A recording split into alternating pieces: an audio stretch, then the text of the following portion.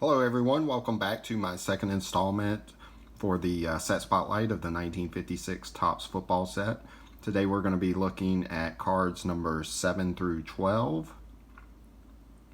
And here the first card we have is card number 7. It's a Green Bay Packers team card. I know what you might be thinking. You might be thinking, oh, it's a team card. What's the big deal? I'm not really into team cards. Well, I'm hoping to change your mind on that as we start looking at this team card, but also some other team cards in this set that I actually find very fascinating. I think there are some really fascinating facts that you can find about these cards when you start really digging into them.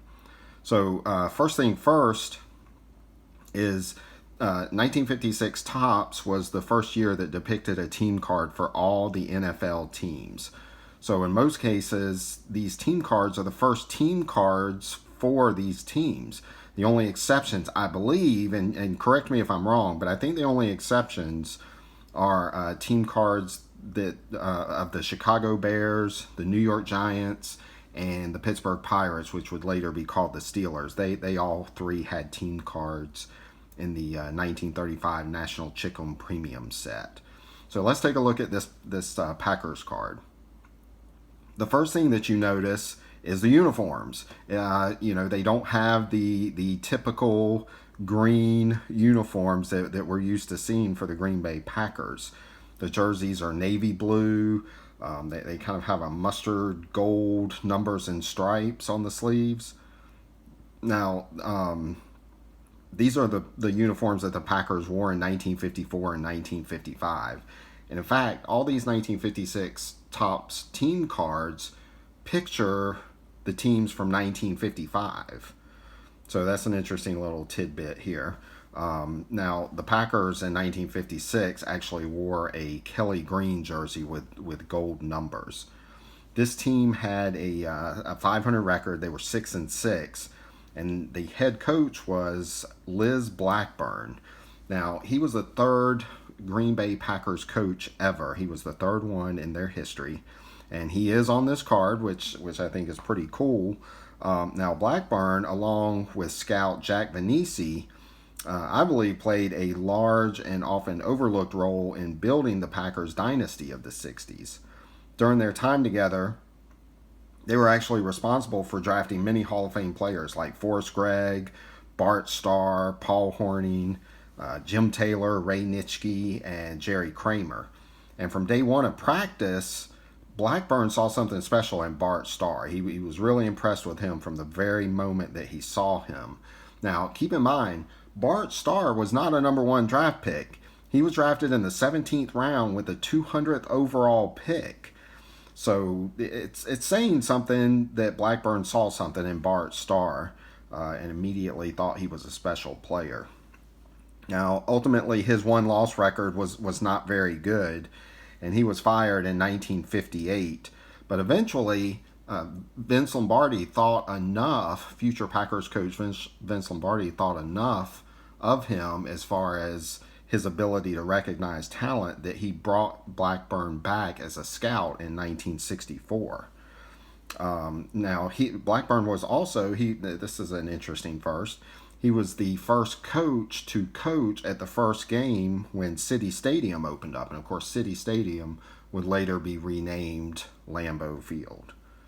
Also on this card, as an assistant coach, you have Ray Scooter Mclean. He replaced Blackburn as the head coach in 1958.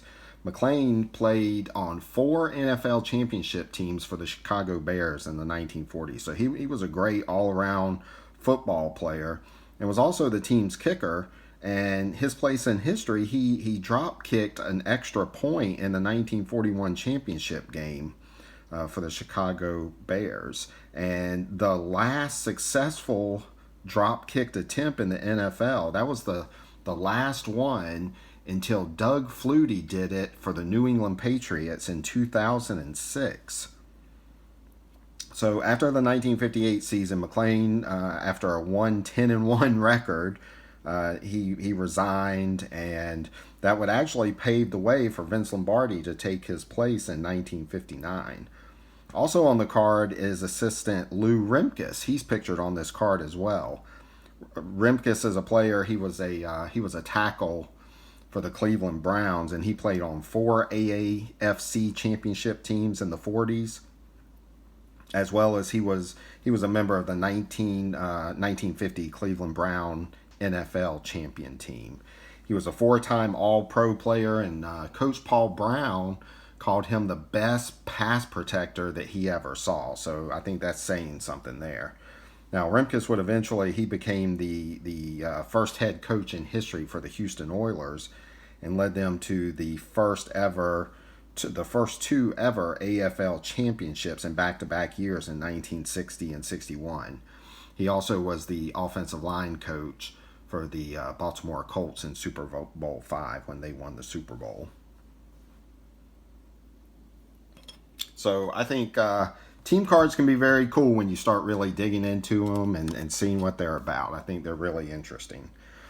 Now this next card is card number 8 of Lou Creekman. He played for 10 years with the Detroit Lions, including a streak of 165 games between 1950 and 1958.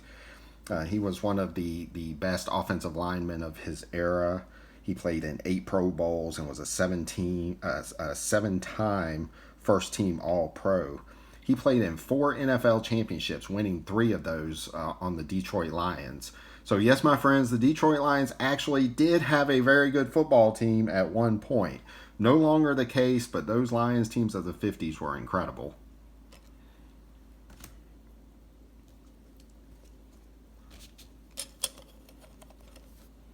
Next card we have is card number 9 of Lou the Toe Groza of the Cleveland Browns. He served in the U.S. Army during World War II, and he played in an incredible 21 seasons with the Cleveland Browns. He played on 8 championship teams, 4 in the AAFC, and then 4 in the NFL. And he actually kicked the game-winning field goal in the 1950 championship game with 28 seconds left to beat the powerhouse Los Angeles Rams that year. He was league MVP in 1954. And when he retired, he was the all-time leading scorer in NFL history. Today, they have the Lou Groza Award, which is given every year to the best kicker in college football.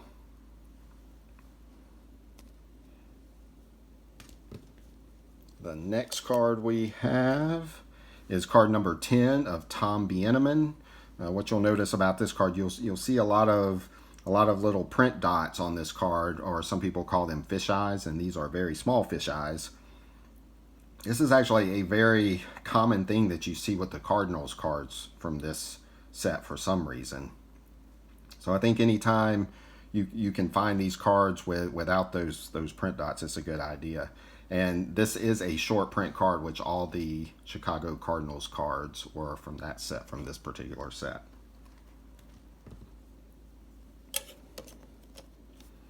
The next card we have is card number 11, which is George Blanda.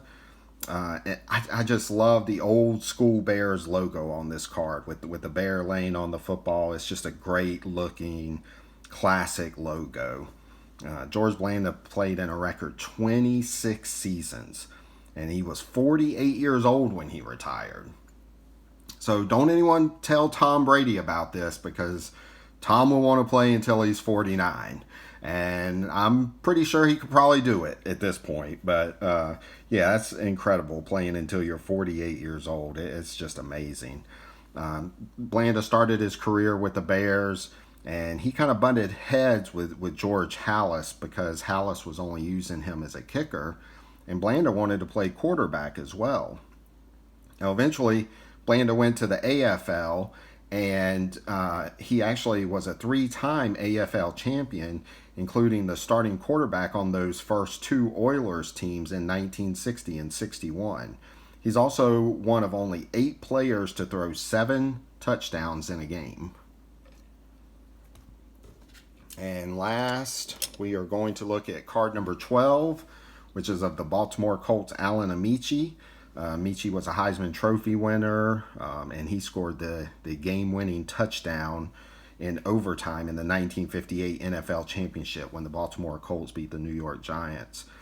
It was actually his second touchdown of the game, and he is one of only 4 players on the all-decade team of the 1950s who is not inducted into the Pro Football Hall of Fame.